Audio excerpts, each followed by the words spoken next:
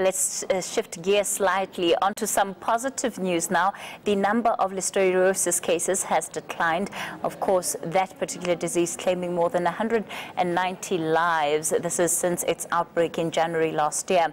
Now, more than 1,000 cases have been reported since. Kerrigan McCarthy, who's from the National Institute for Communicable Diseases, joins me in studio now. Thank you so much for your time, Kerrigan. Thanks for having us, Kathy. When we look at this joint statement that you have issued, firstly, you touch on the fact that there's been a significant decline in the number of new cases that have been reported. And I imagine that after that almost window period of watching what would happen since the recall of those products, you're seeing the result. Yes, absolutely. We're very grateful to have noticed a decline. For the last 10 weeks prior to the recall of the affected products, we had on average between 25 and 30 cases a week. And that number has declined to less than 7 cases a week, with 3 cases in the last 2 weeks. So we expect to see cases because the incubation period of listeriosis can be up to 70 days. But we're very grateful to be seeing a marked decline in these cases. Of course, cases that occur after the recall are being thoroughly investigated. They're being interviewed to understand the exposure to the affected products. And then we're doing molecular testing on the isolates to understand if they are in fact caused by the outbreak strain. Listeriosis occurs in South Africa at a background rate of about 1 case per week anyway. And so we're obviously not going to eradicate those cases of listeriosis, but the outbreak strain is what we want to get rid of. And it seems as if we're on the way to achieving that. You know, many consumers would be, of course, questioning the safety of products that were transmitters of the disease. And I've personally noticed that a lot of the products are back on the shelves, even for those other brands who weren't necessarily directly associated, but that almost just withheld some of their products during that recall period. Certainly, the National Consumer Commission has been monitoring the recall of affected products, and to the best of our knowledge, all the affected products have been withdrawn from circulation.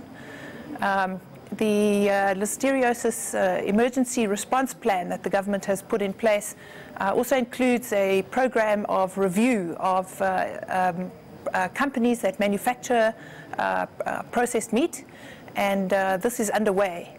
So we're more than happy that the processes are in place to ensure that processed meat will be safe for human consumption again. What becomes of those factories that were implicated in, I suppose, the development, for lack of a better phrase, of this disease that was seen as the breeding ground for part of this listeria? So an incident management team that's supported by the World Health Organization and together with food safety experts from across the globe is involved in assisting the district municipalities to inspect and to monitor and to work with the affected industries to ensure that they, when they do resume production, that the food is safe.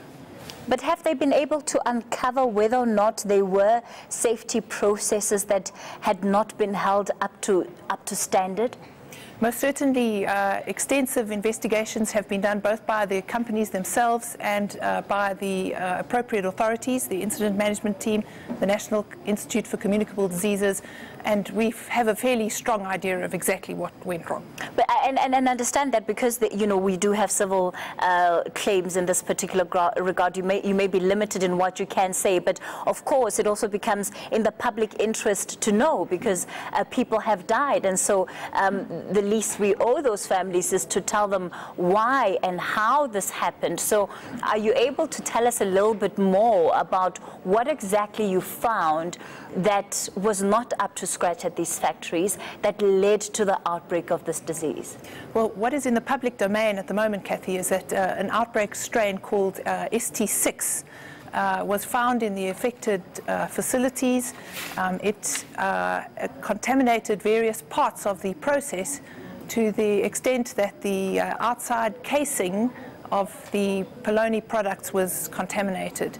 And this led to cross-contamination in homes and fridges and in retail supermarkets, and led to countless deaths and infections, as we have seen. All right, very briefly, what is your position as the NICD on this particular matter going forward?